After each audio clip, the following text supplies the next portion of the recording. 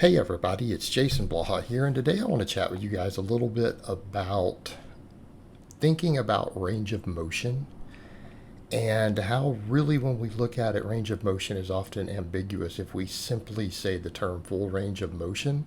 That I think it's important for us to understand what it is that we're talking about. Because people will throw the term out there, and yeah, it is generally accepted that most of the time a longer range of motion has more hypertrophic potential. Of course, here's the joke, except when it doesn't. That second part's an entirely more nuanced topic, but let's look at what we mean by range of motion. And I think what people need to understand is that there's a difference between range of motion of an exercise and the range of motion of a joint, as well as safe range of motion. In other words, looking at these different movements, you guys will notice how much the range of motion changes. Even in the same lifter, if we go from a wider grip bench to a closed grip bench, right, it changes the range of motion, even though the touch point is the same. And on a bench press, it's generally considered that full range of motion is when we touch our chest at the bottom, and then when we lock out at the top. That is the full range of motion of the exercise. However, that range of motion is determined by the barbell. In other words, once it touches your chest, you can't go any lower. Now, I am not one of these people who come up with the silly idea that, oh, we should be stopping at whatever 90 degrees and all this nonsense and not touching the chest. Because if anything, I find that people who do not touch their chest with benching, number one, develop smaller pecs. Number two, actually have a higher injury risk. And that's an entirely different topic. I've made videos in the past explaining why that contributes to injuries. Okay, but what happens when we start using different implements? What happens when we use dumbbells? Or we use a McDonald bar, and I have a couple clients with access to those McDonald bars that are notched in the center. All right, you see Emma here doing dumbbell presses. Well, the range of motion is longer. And what is her full range of motion? Ooh, I guess it depends on the diameter of the dumbbell, doesn't it? And it depends on your angle. Because if the dumbbell is bigger on the ends, that changes the range of motion before it touches your front delt. The amount of tuck that you have determines it. Since we're no longer limited by the chest stopping the bar, you guys will see Michelle doing dumbbells. You'll see Emma. We'll have Mike in here doing some dumbbells too. All right. Where's our range of motion? Notice that with a slightly smaller dumbbell, Michelle stops about an inch from her shoulder.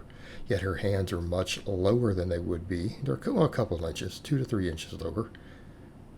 Maybe less than they would be with a normal barbell. Okay, so we've not only changed the range of motion of the barbell, which we normally see by changing grip, and you'll see Mike doing his 3 different grips on speed bench, his range of motion changes. Even though he has a big arch, short arms, that range of motion is very long when he close grips. When he goes wider and wider, that range of motion cuts down because he uses 3 different grips for speed benching. Okay, notice the range of motion changes dramatically for him, right? Look how much that changes just from a couple inches of grip change. He goes out wide, it changes again. But when we go over to dumbbells, in theory, you could touch lower. Unless your dumbbell ends are so big that they're making contact with your delts. In which case, the actual size of the dumbbell determines what the maximum range of motion is of the exercise. So the maximum range of motion of the exercise still may not be the maximum range of motion of the joint. And what I would suggest is that for most people, full range of motion of the joint is not safe. Right? So with bench press, we can easily call that out. You know, that, oh, well, you didn't touch your chest. It wasn't full range of motion. You didn't lock it out. It wasn't full range of motion. Dumbbells, it's harder to call. With dumbbells, it's much harder to call. Because doing what might be your full range of motion of the exercise might be extremely painful for you. But it could also change purely based upon which dumbbell you pick up and how large it is, because it may actually touch your shoulder. And until it touches your shoulder, we haven't reached it. But again, that's ambiguous now, telling me that an inch difference in the radius of the dumbbell on the end, that our range of motion is now an inch different. It's still equipment limited, just like with the barbell. Just like with these McDonald's bars. But look at the McDonald's bars. You know, very few people can actually touch their chest with one of these. Right? You see him there, he's stretching all the way down, and when it gets really tight, he's coming back up. And that's how I do it. He's still not touching his chest. Why? Because his shoulders won't handle it. Shoulders won't handle it. So in this case, what are we dealing with? What is full range of motion now? Well, full range of motion is now dangerous at this point. How about we work with our safe range of motion? The range of motion that we can get to without pain. Okay, range of motion we can get to without pain. And that's for 99% of people, that's what we're going to be using with that barbell. But now it's no longer as clearly defined. We can't visually look at that and see what the full range of motion is. We're limited by the feel of the lifter. And we have to be. And if we're a coach or a trainer or someone judging someone with that and we see them doing that, we have to keep that into account. On the other hand, when people do dumbbells, how often do they half rep them so they can use heavier dumbbells? You see it all the time, and it removes the benefit of the dumbbell. What's the number one benefit of the dumbbell? Anybody guess? The fact that we can get a deeper stretch at the point of greatest mechanical tension, which is the bottom, the lengthened position of the pectoral muscle, and the lengthened position of the tricep. All right, that's a big deal. So if we aren't going deeper than the barbell, we probably are better off just using a barbell, to be honest. Probably better off. But then you'll see me over here doing these floor presses. What's our range of motion of the floor press? This is back to when the triceps touch the floor. You get people who say when the elbows touch the floor, and I'm like, you're skinny as hell if your elbows are touching the floor. You may want to do some more tricep work. How about when the tricep touches the floor? Well, that range of motion is going to look very different from the bench press.